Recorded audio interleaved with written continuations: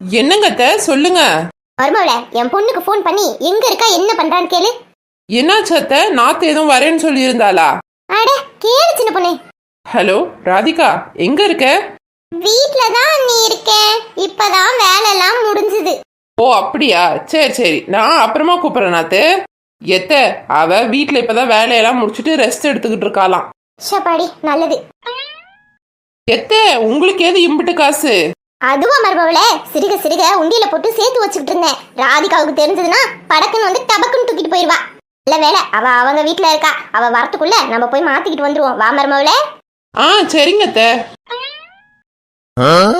ஏய், நீ வீட்ல தானடி இருந்த, எப்படி வந்த? அண்டாக்கா கசம் அபூக்கா குசம். நாத்துக்கு காசுனா 10 கிலோமீட்டர் தூரத்துல இருந்தா கூட காது கேட்கும் போல இருக்கே. நாத்து காத்தா வந்து காத்தா பறந்துட்டாலே.